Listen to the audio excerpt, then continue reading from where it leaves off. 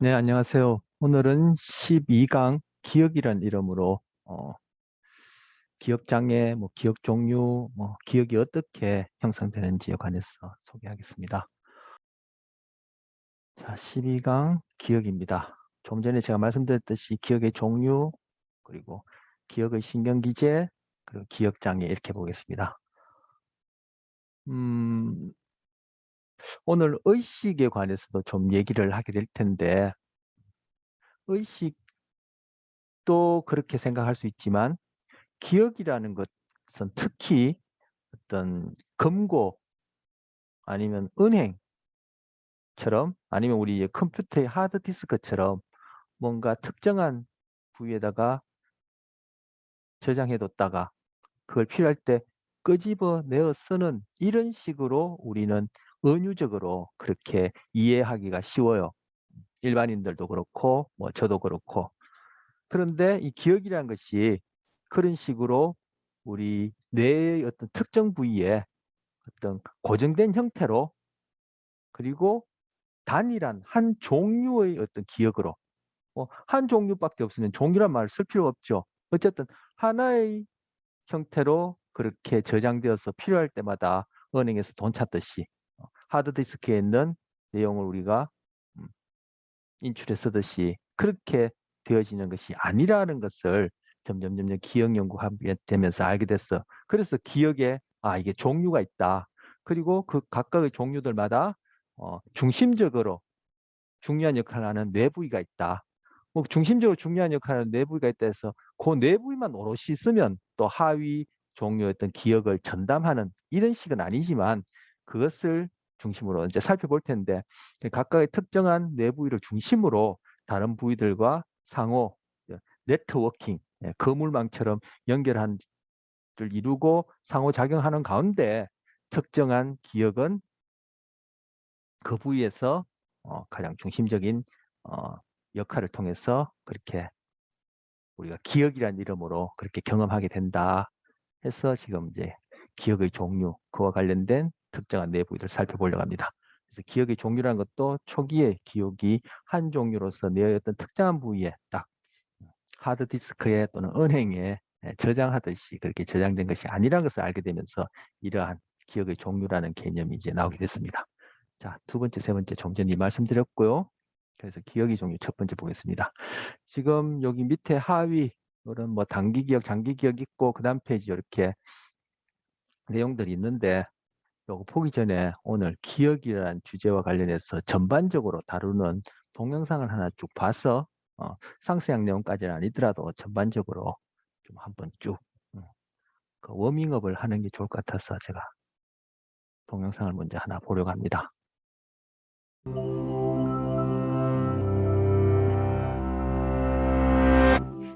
Think back to a really vivid memory. Got it? Okay, now try to remember what you had for lunch 3 weeks ago. That second memory probably isn't as strong. But why not? Why do we remember some things and not others? And why do memories eventually fade? Let's look at how memories form in the first place. When you experience something, like dialing a phone number, the experience is converted into a pulse of electrical energy that zips along a network of neurons. Information first lands in short-term memory, where it's available from anywhere from a few seconds to a couple of minutes. It's then transferred to long-term memory through areas such as the hippocampus and finally to several storage regions across the brain. Neurons throughout the brain communicate at dedicated sites called synapses using specialized neurotransmitters. If two neurons communicate repeatedly, a remarkable thing happens. The efficiency of communication between them increases. This process, called long-term potentiation, is considered to be a mechanism by which memories are stored long-term. But how do some memories get lost? Age is one factor. As we get older, synapses begin to falter and weaken, affecting how easily we can retrieve memories. Scientists have several theories about what's behind this deterioration.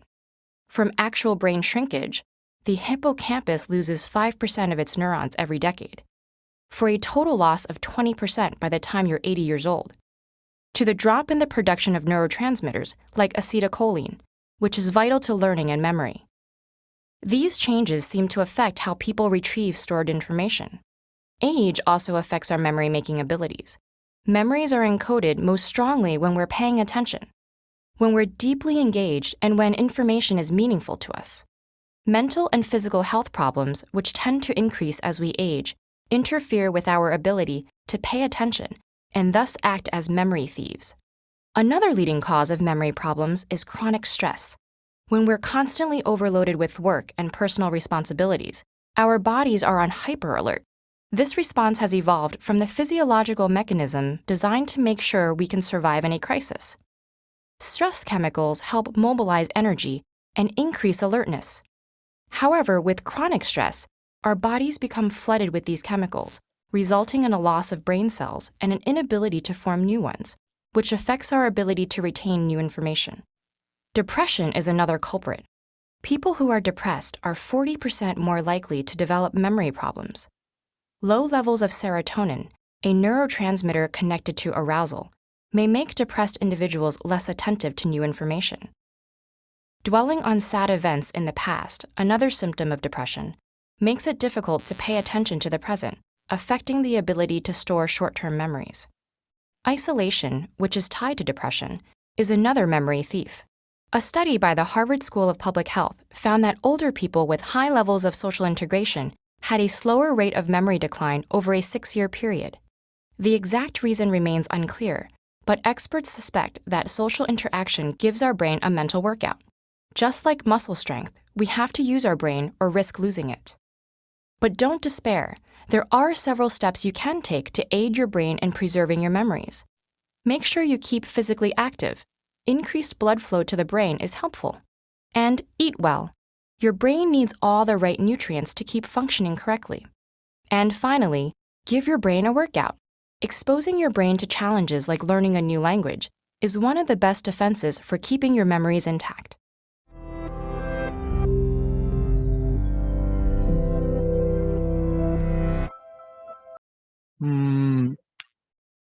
좀 전에 봤던 그 내용에 보면 제가 예상하기로, 제가 기대하기로 여러분 처음 보는 사람과는 완전히 차이 나게 많은 부분을 이해하실 수 있을 거라 생각합니다.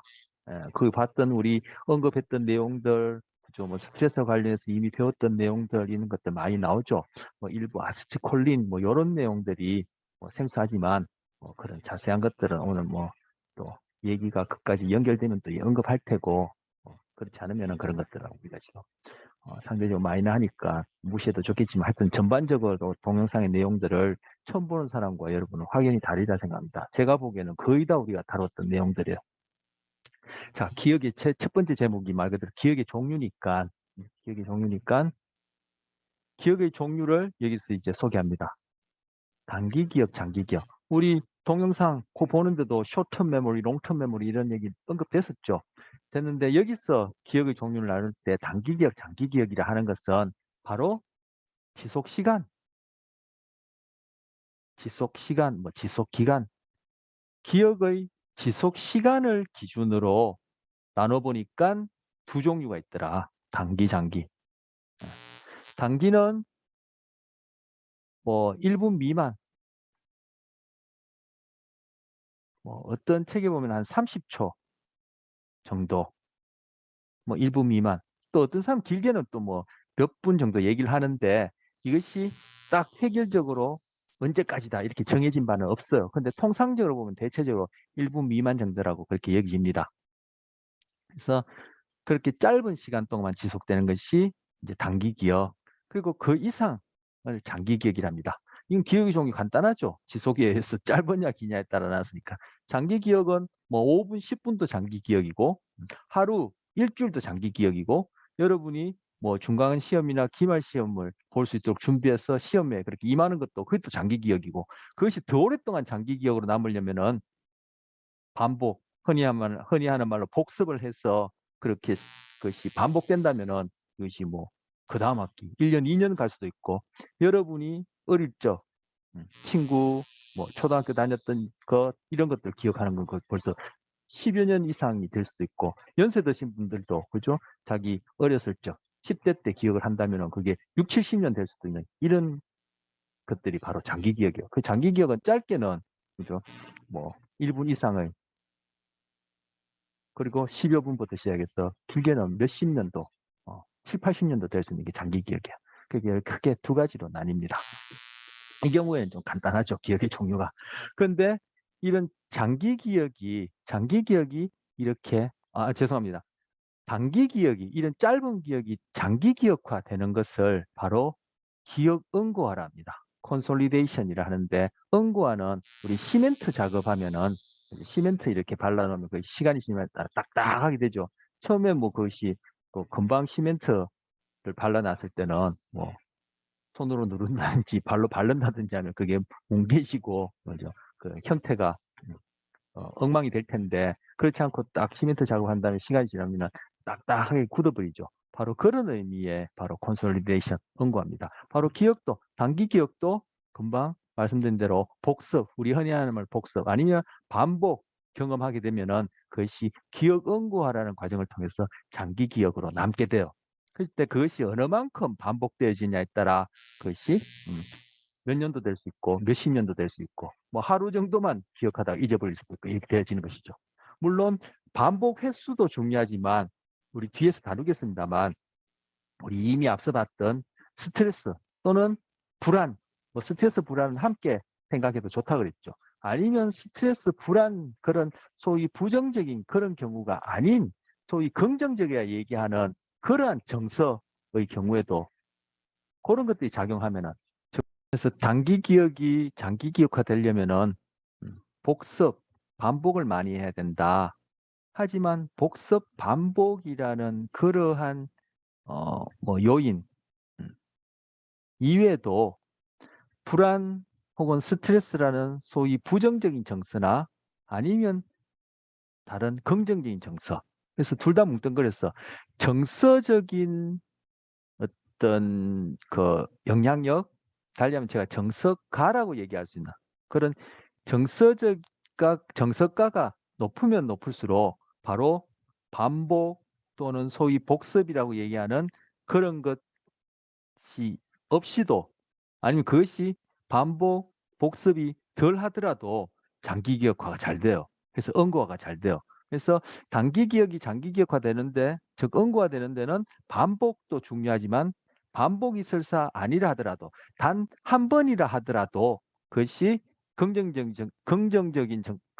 정서든 부정적인 정서든 그것이 정서가가 높게 되면은 이것이 응고화가 잘 돼요. 그거 아까 말씀드리다가 인터넷이 잠시 중단됐죠. 자, 그리고 바로 이런 기억 응고화에 관련된 그런 핵심된 부위가 우리가 이미 배운 해마라고 하고 아까 우리 같이 살펴봤던 동영상에서 해마 얘기가 단기 기억이 장기 기억화되는데 중요한 역할을 한다는 것이 동영상에서 소개가 됐었어요. 네. 네, 그 다음 얘기는 또 다음 것 하면서 또 얘기를 하도록 하죠. 제가 이거 보니까 또 연결해서 우리 배웠던 거 관련해서 얘기할 게 있는데 그 다음 내용과 이어서 얘기하도록 하죠. 자, 두 번째 여기서는 또 이것도 기억의 종류입니다. 이때 기억의 종류를 나누는 것은 앞서 단기 기억, 장기 기억의 나누는 기준은 지속 시간이었는데 이때는 뭐 저장되어지는 지식의 내용에 따라 아니면 뭐 기억의 내용에 따라 기억의 내용에 따라 나눈 거예요.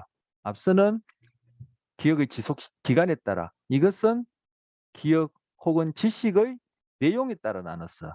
그래서 크게 나누면은 서술 기억, 외형 기억, 그리고 비서술 기억, 암묵 기억으로 크게 나눌 수 있어요.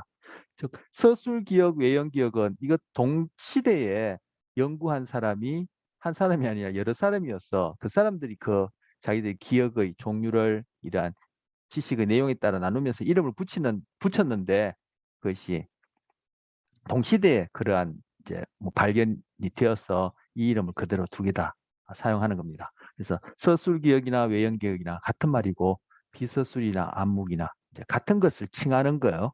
그래서 이때 서술 또는 외현, 겉으로 드러난다 또는 서술한다 이 얘기가 바로 우리가 늘 써왔던 일상적인 표현으로 의식적이다 이런 뜻이고 달리하면 언어적으로 표현할 수 있다 또는 언어적으로 접근할 수 있다 이렇게 얘기하는 겁니다. 물론 우리의 의식이라는 것이 인간의 의식이라는 것이 결국 다 언어적 형태의 의식이고 그죠? 그리고 우리의 기억이라는 것을 이루고 있는 내용이라는 것이 바로 곧 의식이니까 이렇게 연결해서 기억 중에 서술 기억, 외형 기억이라 하면은 그건 의식적인 기억 또는 언어적으로 우리가 접근할 수 있는 기억을 얘기를 하는 것이고 이때 비서술은 당연히 비자 붙었으니까 무의식적 기억이나 또는 언어적인 접근이 불가능한 그러한 기억. 그래서 암묵 기억 이렇게 표현하는 겁니다.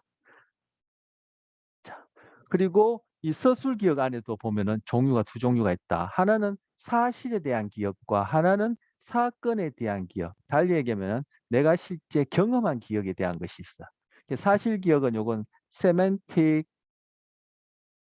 메모리라 그러고 사건 또는 경험에 대한 기억은 에피소딕 우리 에피소드 그러죠. 에피소딕 메모리에서 내가 실제 경험한 것에 대한 기억인데 그것을 내가 의식적으로 또는 언어적으로 접근할 수 있느냐 회상할 수 있느냐 기억할 수 있느냐 그것을 얘기하는 것이고 또 사실도 마찬가지고 그리고 비서술 기억 암묵 기억 안에는 종류가 하나 둘 셋 넷 여기 요 경우에는 또 그죠. 하위로 두 개가 나뉘어져서 하나, 둘, 셋, 넷, 다섯 이것까지 합치면 여섯, 일곱 가지가 이렇게 우리의 기억을 지식의 내용에 따라 그렇게 나눌 수 있다고 보는 겁니다. 자, 조금 더 치우고요. 그래서 사실 기억 같은 경우에는 바로 뭐 1 더하기 1은 2다. 지구는 둥글다. 우리 수업은 몇 월 며칠 날 몇 시에 시작해서 몇 시에 끝난다. 뭐 오늘 수업은 마지막 주차 수업이다. 다음 주는 시험이다. 뭐 이런 것들 다 사실 기억이죠. 그리고 바로 그러한 수업을 내가 마지막 주차 몇 월 며칠 날 몇 시에 마지막 주차 수업을 인간의 기억이란 이름으로 내가 그걸 수업을 했다라는 기억을 우리가 당연히 가질 테고 가질 수 있죠. 그건 지금 경험 기억, 에피소딩 메모리, 경험과 관련된 서술 기억이 되는 거예요. 제가 어디 여행을 갔다가 다쳤다. 이렇게 되면은 그 다친 장소, 다친 날짜, 어떻게 해서 다쳤고 어떻게 치료를 받았다는 걸 당연히 제가 경험했으니까 그걸 기억하고 있죠. 의식적으로, 즉 언어적으로, 서술적으로, 외연적으로. 그런데 그것과 관련된 그런 어디서, 언제, 어떻게 다쳤다는 사실도 저는 알고 있죠. 근데 그것이 여러분에게까지 만약에 알려진다면은 여러분도 제가 어디서 어떻게 어떠한 이유로 그렇게 다쳤다는 것을 알 수 있죠. 즉 기억할 수 있죠. 바로 그건 사실 기억이에요. 하지만 여러분한테는 그건 경험 기억이 안 돼요. 여러분이 경험한 건 아니시니까. 여러분은 한테는 그냥 사실 기억인 거예요. 나는 그것이 경험 기억이자 사실 기억이고. 그래서 여러분은 제가 언제 어디서 어떻게 다쳤다는 사실 기억을 갖고 있지만 김시현이가 언제 어디서 못하다가 다쳤다라는 것 소식을 들었다라는 또 경험 기억을 가질 수 있겠죠. 이런 식으로 구별되는 거예요. 즉 서술 기억 안에는 사실 기억과 경험 기억이 있는데 그 사실 기억, 경험 기억을 제가 어떻게 구분하는지를 소개한 거예요. 여러분은 제가 언제 어디서 다쳤다, 어떻게 다쳤다는 것을 제가 알고 있는 사실과 동일하게 알고 있어요. 하지만 여러분은 그때 그런 얘기를 누구한테서 들었다 아니면 뭐 어떤 매스컴을 통해서 들었다라는 경험을 기억한다면은 그건 또 그러한 사건, 그 사실과 관련된 어떤 그런 소식을 듣게 된 경험 기억을 갖고 있는 것이고 저는 실제 언제 어디서 어떻게 다쳤다라는 사실을 여러분과 똑같이 갖고 있으면서 실제 내가 거기에서 언제 어디서 어떻게 다쳤다라는 경험에 대한 것을 내가 기억을 갖고 있으면은 그건 또 저희 서술 기억으로서 경험 기억 그리고 여러분과 공유한 사실 기억을 갖고 있는 것이죠. 사실 기억, 경험 기억 그렇게 구분할 수 있습니다. 그리고 비서술 기억, 암묵 기억 안에는 절차 기억이라 해서 이거는 기술 또는 습관과 관련된 기억이에요. 그래서 기술 안에는 이것이 운동 기술도 있고 그리고 인지 기술도 있어요. 이런 것들이 절차 기억에 해당되고 이것은 비서술 기억, 암묵 기억에 해당합니다. 우리 이후에 이제 볼 텐데. 그리고 습관 같은 것들. 아, 나는 어떤 습관을 갖고 있다. 나는 어떤 뭐 예를 골프 친다면 골프와 관련된 어떤 기술을 갖고 있다.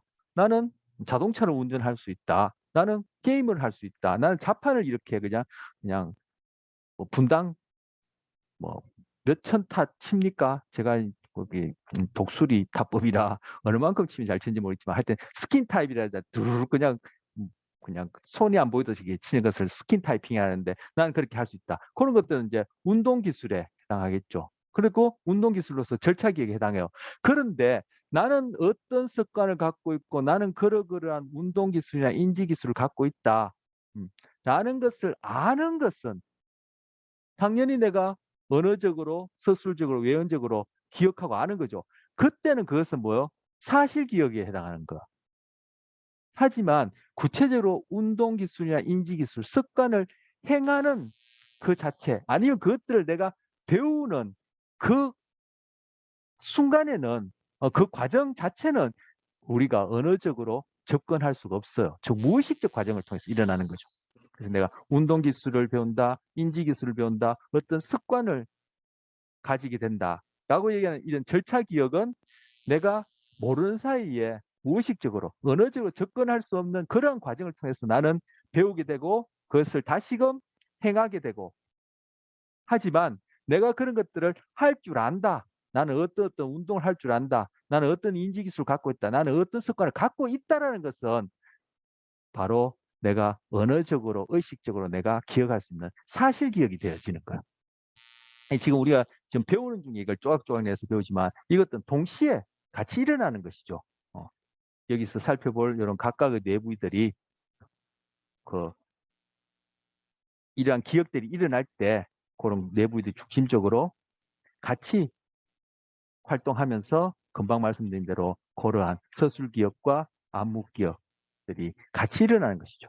또 금방 말씀드린 이 절차 기억이 일어나면서도 또 이 점화 기억이라는 것도 같이 일어날 수 있고 또 여기서 고전적 조건 형성이라는 것도 같이 일어날 수 있고 비언어 학습도 같이 일어날 수 있는 거예요.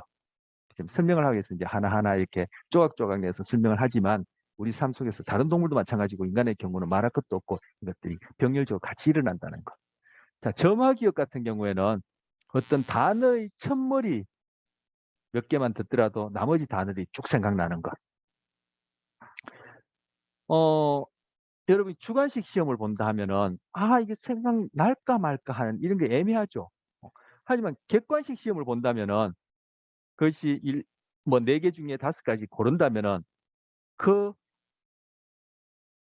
답에 해당하는 그러한 예시가 되어지는 그것을 보기만 하면은 맞다. 이거는 뭐였지 하고 고를 수 있지 않습니까?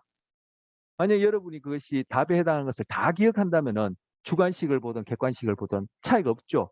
근데 주관식이면은 이게 뭐지 생각날까 말까 하는데 객관식에서 보면은 맞아 이거는 이거였어 하면서 앞에 몇 글자 아니면 뒤에 몇 글자 하여튼 그 답에 해당하는 것 중에 일부분만 보더라도 전체가 다 생각나는 것 이런 것들이 바로 점화라 그래요. 이걸 이제 프라이밍이라 그러거든. 프라이밍.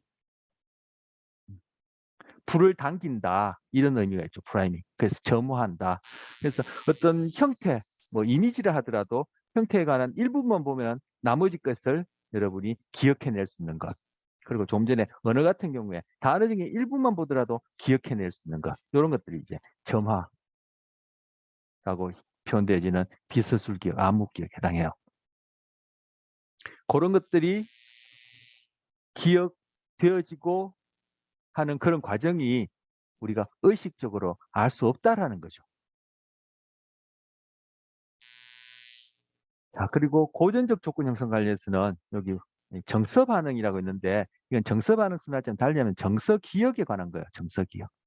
대표적으로 우리가 배웠던 것 중에 예를 하나 들자면 PTSD 같은 경우가 바로 이 고전적 조건 형성이라 부르는 고전적 조건 형성 자체가 뭔지 얘기하려면은 좀 뭐 또 내용이 기니까 그냥 요거는 이름만 제가 소개하고 바로 PTSD가 지금 고전적 조건 형성의 이름으로 형성되어지는 정서 기억의 가장 대표적인 예 중에 하나예요. 그래서 이 PTSD 우리 이미 스트레스 불안할 때 봤었는데 PTSD의 경우에 그 사람들이 어떠한 자극에 즉 상황에 노출되어서 자기도 의식하지 못하는 말 그대로 비서술적으로 암묵적으로 비언어적으로 달리 하면 무의식적으로 그러한 몸의 반응이 나타나고 PTSD를 겪었던 그 당시 또는 그 당시와 관련된 기억들이 막 생겨나는 회상되어지는 그러한 과정 자체는 우리가 언어적으로 의식할 수 없는 즉 무의식적으로 일어나는 과정이기 때문에 이 지금 비서술기 암묵기억의 하위 단계를 여기에다가 소개하는 거예요. 그래서 여기서 정서 반응 했지만 이건 이제 정서 기억을 얘기하는 것이고 대표적인 예로 우리 배운 것 중에 PTSD가 해당하고 그리고 우리 운동과 관련해서 손해 배웠었죠. 손해와 관련해서 여기는 정서의 경우고 운동과 관련해서 손해가 관련된 그러한 또 암묵적 비서술 기억들이 있어요. 우리 손해는 운동과 관련해서 교사와 같은 역할로 뭐 정교한 운동을 통제하는 데 관여되고 그런 오류를 이렇게 수정해 나가는 데 관련된다 이렇게 배웠었는데 그러한 과정들에 의해서 우리가 배우고 기억하는 것이 우리가 언어적으로 그렇게 알 수 없는 무의식적 과정을 통해서 일어난다는 거. 그리고 요건 바로 이제 반사를 얘기하는 거예요. 반사궁 요건 전문적인 의미인데 뭐 궁은 우리가 일단 차치하고 바로 요 부분은 반사와 관련된 것이에요. 반사 반응, 반사 또는 반사 반응. 반사 반응 이런 것들이 또 이렇게 의식하지 못하는 무의식적인 그런 과정을 통해서 또 이러저러한 형태로 우리가 학습하게 되어지고 그 학습된 것이 기억됐다가 또 특정한 자극에 의해서 특정한 상황에서 다시 이렇게 재생되어지고 하거든요. 이런 것들이 바로 이제 암묵기억 또는 비서술기억, 달리하면 무의식적 기억 또는 언어적으로 접근할 수 없는 비언어적인 기억에 해당하는 거.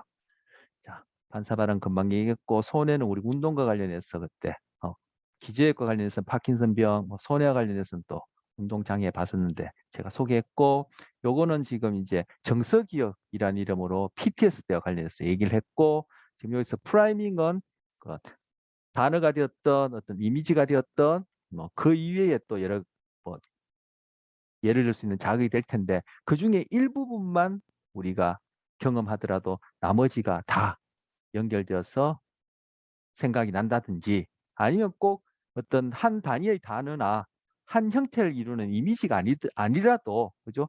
A라는 단어에 노출되니까 그것과 관련된 A-라는 단어가 그냥 막 생각난다든지 아니면 여러분이 옛날에 담임 선생님 초등학교 때 담임 선생님 성함이 뭐지 생각이 안 났는데 초등학교 때 담임 선생님과 관련된 뭐 별명을 들으니까 담임 선생님 성함이 뭐뭐였다 이렇게 생각나는 경우 그죠? 그런 것들이 바로 이제 점화라고 얘기할 수 있고 그런 것들이 그렇게 기억나고 하는 그런 과정은 또 우리가 언어적으로 접근할 수 없는 그런 과정을 통해서 일어나는 것이죠. 물론 담임 선생님의 성함이 생각이 안 나는데 별명을 들으니까 담임 선생님의 성함이 생각났다 하게 돼서 그 담임 선생님의 성함을 그리고 별명을 내가 의식할 수 있고 말로 표현할 수 있게 된다면은 그때는 바로 서술기억, 외연기억으로서 사실 기억이지만 그런 것들이 담임 선생님 별명만 듣고도 성함이 생각난다든지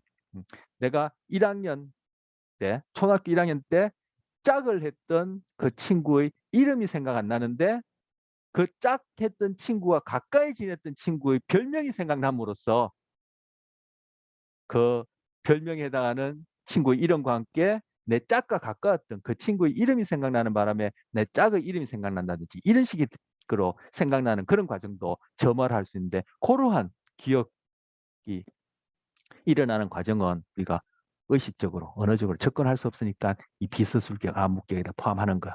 그리고 아까 운동기술, 인지기술도 그렇고 내가 어떤 습관을 들인다든지 그리고 특정한 상황에서 그런 습관이 후지부식간에 나타난다든지 하는 것도 이 절차기억 이름으로 그 기억 또는 그러한 기억을 형성하는 과정은 우리가 언어적으로 접근할 수 없기 때문에 여기에다가 다 포함시키는 거야. 그리고 아까 제가 사실기억, 경험기억은 제가 다친 경우를 그 상황을 제가 얘기를 하면서 그런 경우에 저의 사실기억과 저의 경험기억 그리고 여러분의 사실기억과 여러분의 경험기억이 어떻게 구분되는지, 특정한 장소, 어떻게 다쳤다, 어떻게 치료했다라는 사실은 여러분과 저와 공유하지만 실제 그러한 것을 다친 것과 관련된 저희 의식적, 서술적 기억은 저희 경험 기억이 되고, 여러분은 그러한 얘기를 누구를 통해서 들었다, 매스컴을 통해서 들었다, 그 사실을.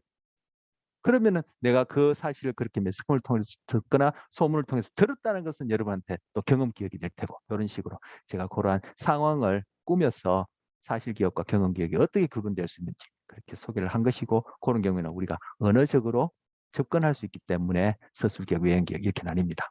그래서 지속 시간에 따라 단기, 장기. 자, 지속 시간에 따라 단기, 장기. 그리고 아까 제가 지속 시간은 통상적으로 이 경우에 컨벤셔널하게 한 1분 미만 정도 잡는다. 근데 학자들마다 좀 상이하지만 딱 정해진 건 없지만 한 1분 미만 잡는다 얘기를 했고, 장기 기억은 그 이후로 해서 뭐죠? 몇 시간이 됐든 몇십 년이 되었든 다 장기 기억이다. 근데 단기 기억이 장기 기억으로 옮겨지려면은 여러 번 경험해야 된다. 즉 반복해야 된다. 뭐 우리 흔히 하는 말로 공부에 이런 지식, 이런 정보와 관련된 이런 것들이라면은 반복, 복습을 해야 된다. 그렇게 해야지만이 단기 기억이 장기 기억화 되어진다. 그것을 응고와 기억 응고를 한다. 그런데 그렇게 반복이 거듭되지 않더라도 소위 복습을 필요로 하지 않고 단 한 번만이라도 그때 그 경험이 아주 정서적으로 그런 영향력이 크다.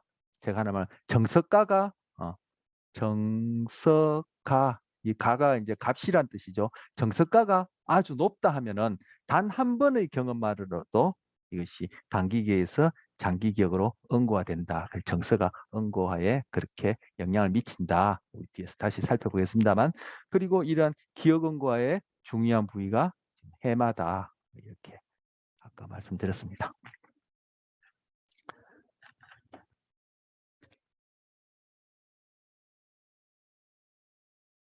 자, 요 그림은 우리가 익히 한번 본 적이 있어요. 있는데 여기서 지금 서술기억, 사실기억이든 경험기억이든 서술기억에 중요한 역할을 하는 부위는 내측 척두엽이다 했는데, 내측이란 말, 우리 뭐 배측, 내측, 뭐 복측, 뭐 이런 거 이제 익숙하죠.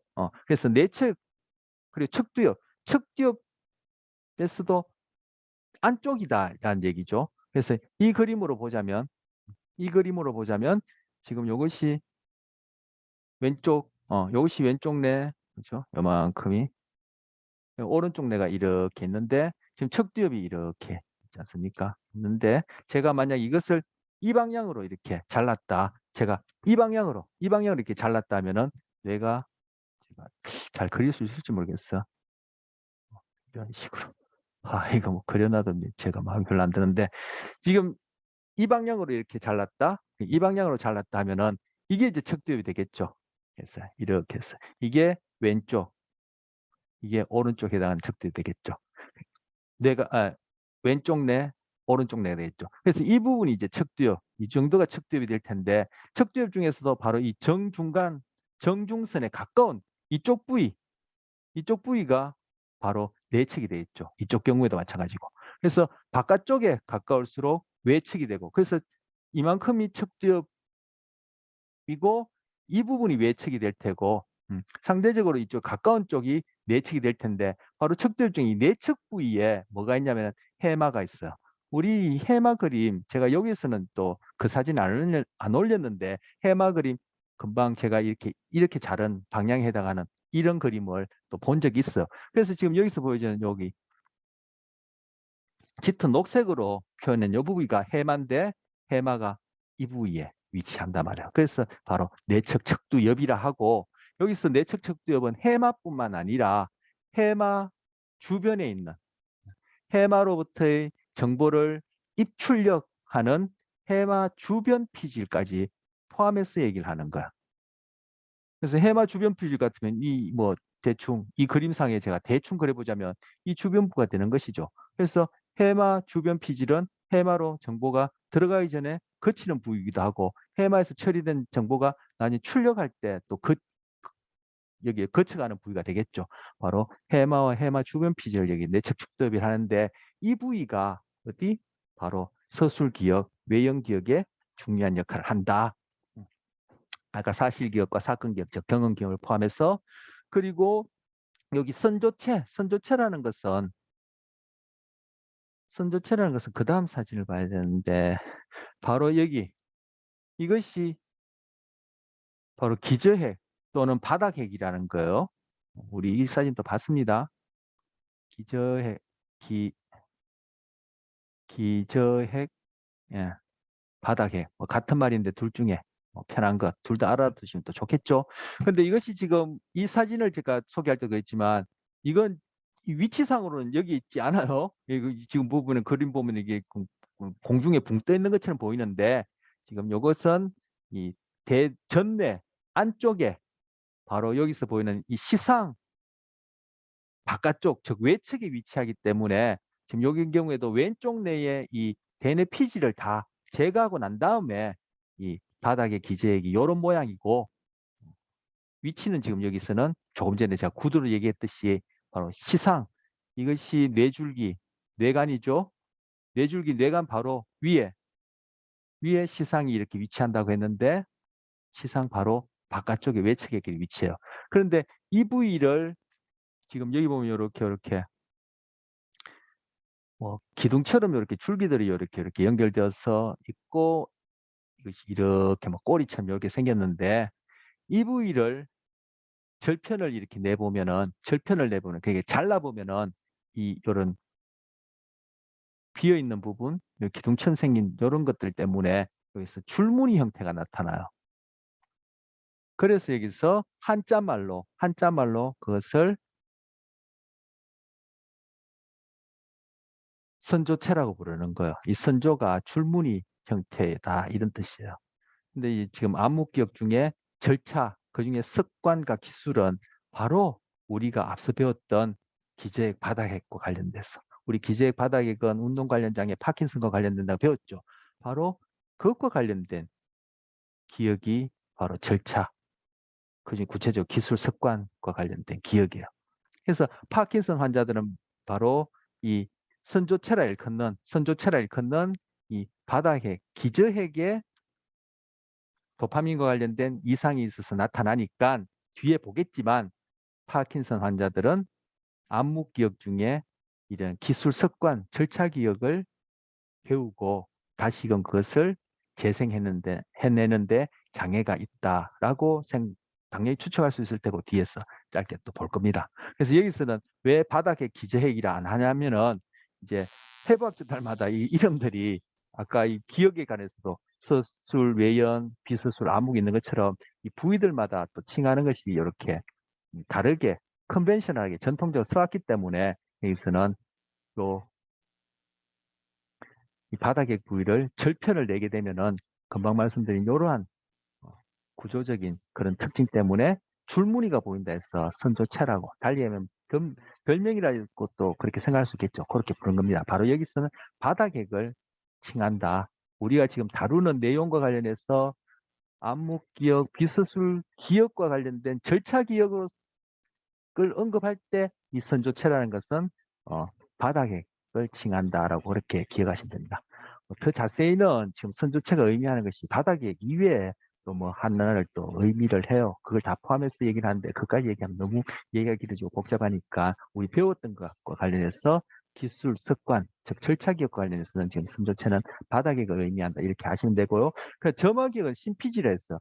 신피질, 이 신자가 새롭다는 뜻이거든요. 새로울 신이거든요. 그럼 이것을 대응해서 구피질이 있다는 얘기죠. 바로 구피질은 진화적으로 오래됐다는 얘기예요. 진화적으로 더 먼저 만들어졌고 신피질은 진화적으로 나중에 상대적으로 최근에 만들어졌다는 얘기예요. 뭐 최근이라 해서 이것이 뭐 1, 200년, 몇천 년을 얘기하는 거야. 몇십만 년을 얘기를 하는 거지만 어쨌든 상대적으로 이것은 더 오래되었다 해서 구피질, 신피질이라 부르는데 구피질의 대표적인 예가 이 내측 척두엽이에요. 즉 해마 아까 주변 피질, 주변까지만 쓸게요. 주변 피질 이런 것들이 지금 구피질에 해당하는 대표적인 부위예요. 그 위에 신피질은 뭐냐면 대표적으로 뭐 바로 우리가 이제까지 여러 차례 봤던 대뇌 피질, 바로 다음 그림에서 여기 보여진 갈색으로 보여지는 이 부분이 바로 심피질이에요. 우리 이것과 관련해서 뭐 전전두엽, 그리고 뭐 두정엽의 1차 채광학 피질, 후두엽의 1차 시각 피질, 뭐 척두엽의 우리가 봤던 그 청각 피질, 그리고 그 위에 뭐 베르니케 브로카 여러 가지 봐왔죠. 바로 이런 대뇌 피질, 이 부분이 심피질의 대표적인 부위이고, 구피질의 대표적인 부위는 뭐 다른 몇몇 부위가 있습니다만, 지금 여기서 우리가 다루고 있는 것 중에는 바로 내측척두엽, 해마와 해마 주변 피질, 이런 것들이 구피질에 해당하는 거예요. 그래서 여기서 점화는 심피질과 관련된 그러한 기억이다. 그리고 아까 정서기억, 정서 반응이라 했는데 결국 이것이 뭐 고전적 조건 형성을 통한 암묵기억, 비서술 기억이니까 이건 정서기억, 이렇게 여러분이 메모해 두셔도 됩니다. 그래서 정서기억은 뭐 우리 이미 여러 차례 봤던 편도체가 중심적인 역할을 한다. 편도체는 바로 해마 옆에 이렇게 위치해요. 이것도 아까 척두엽 안에 겉에서 보이지 않는 그런 부위예요. 여기 이 그림 이전에 볼 때도 제가 그런 얘기했지만, 여기 컬러풀하게 이렇게 그려놓은 거는 이 겉에 이 심피질, 대뇌 피질에서는 보이지 않고, 이 심피질, 대뇌 피질을 제거해야지만이 나타난 속의 구조물이기 때문에 위치상 상대적으로 이런 위치에 있다라고 여겨져서 이렇게 색깔을 표시해 놓은 거예요. 편도체 같은 경우는 정서기억이 핵심적인 역할을 하죠.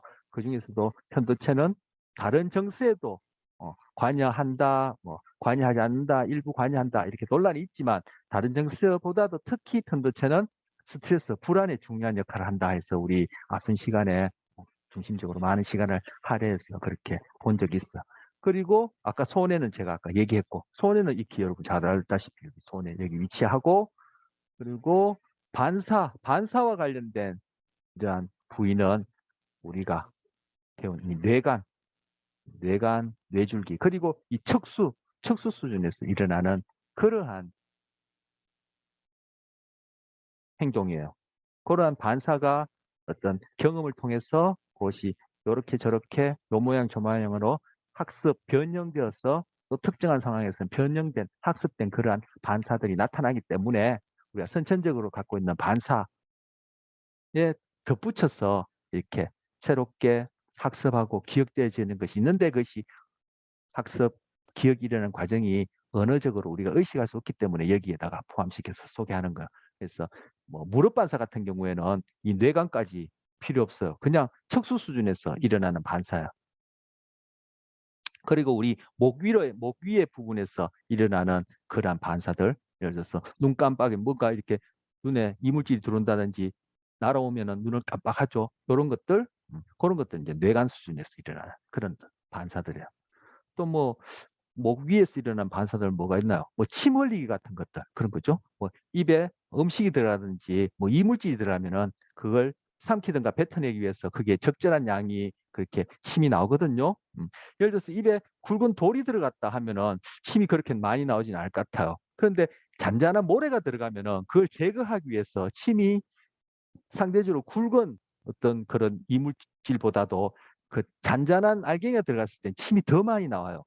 그런 것들이 바로 우리가 선천적으로 갖고 있는 반사들이 갖고 있는 참 신기하고 효율적인 기능이죠. 그 침의 양이 우리가 의도적으로, 의식적으로 그것을 어떻게 많이 흘려야지 적게 흘려야지 하는 것이 아니라, 선천적으로 그것이 딱 반사 반응으로서 그렇게 딱 우리한테 주어져서 그런 것들이 침의 양도 조절되어지고, 음식의 종류에 따라 또 침이 나오기도 하는데, 그런 것들이 어떤 상황마다 우리가 부지부식간에 또 학습을 통해서 그런 반사들이 요 모양 저 모양으로 다양하게 변화될 수 있어요. 그런 것들이 기억돼 있다가 동일한 상황, 유사한 상황에서 그런 반사들이 변화된 그런 반사 행동들이 또 나타나거든요. 그런 것들을 이제 여기 비서술 기억에 포함시켜서 지금 소개한 겁니다. 자, 그 반사공은 뇌간, 뇌줄기 수준에서 일어난다 해서 그걸 소개해서 지금 우리가 이미 본 그림들을 제가 다시 실어서 그 부위들을 확인했습니다. 자, 그 이제까지 얘기했던 걸 지금 얘기를 복습을 하는 거예요. 다중기억 시스템. 제가 아까 오늘 처음 시작할 때 얘기했죠. 기억은 한 종류고, 뇌의 특정 부위에 꼭 은행이나 하드디스크처럼, 뭐 아니면 우리가 금고처럼 그렇게 상식적으로 일반인들이 아니면 과거의 학자들도 그렇게 생각해 왔는데 좀 전에 봤듯이 지속 시간에 있어서는 단기, 장기로 나눌 수 있고 상대적으로 그 경우 지속 시간과 관련된 기억 종류는 상대적으로 쉽죠. 그런데 기억의 내용, 지식의 내용에 따라서는 지금 봤듯이 세부적으로 한 7가지로 나눌 수 있다는 거예요. 그래서 바로 뭐 기억 시스템이 다중이다, 멀티플이다, 하나가 아니라 여러 개라는 얘기예요. 뇌는 다양한 기억 시스템을 가지고 있으며 봤듯이 이들 각각은 서로 다른 종류의 학습과 기억을 담당한다. 기억과 학습은 그냥 동전의 양면처럼 따라다니는 거예요. 우리가 무엇을 배운다라는 것은 기억이 일어난다. 즉 기억이 형성된다는 얘기고 기억이 형성된다는 것은 우리가 무엇을 배웠다는 얘기거든요. 그래서 학습과 기억을 같이 생각하시면 되고 제가 앞서 설명할 때도 학습 기억을 인터체인지블하게 번갈아가면서 그렇게 사용했었어요. 자, 학습 기억을 담당한다. 실제 세계의 행동에서는 대부분의 경험이 몇 가지 유형의 기억으로 동시에 기록된다. 제가 아까 뭐 절차 기억 얘기하고 점화 기억 얘기하면서 또 얘기했듯이 그때도 사실 경험 기억이 같이 일어나는 거예요. 예를 들어서 PTSD 같은 경우에도 특정한 자극에 내 신체와 내가 원하지 않고 뜻하지 않는 그러한 소위 기억들이 막 발생하죠. 꼭 그 상황에 다시 처한 것처럼. 그런 것들은 지금 여기 비서술, 암묵적인 그런 기억 시스템에 일어나지만 내가 그러한 것을 겪고 있다. 그래서 현재 꼭 전쟁터에 있는 것처럼 아니면 PTSD를 처음 겪게 된 그러한 상황이 있는 것 같은 의식적인 그러한 경험을 한다면 그것도 서술기억이 되는 거죠. 그리고 그와 관련된 구체적인 사실, 장소, 뭐 어떻게, 누가, 무엇을, 뭐 이런 내용들이라면 그 사실기억으로서 또 서술기억이 일어나는 거죠. 그렇듯이 바로 여기서 동시에 어, 여러 유형이 기록된다. 학습, 기억된다.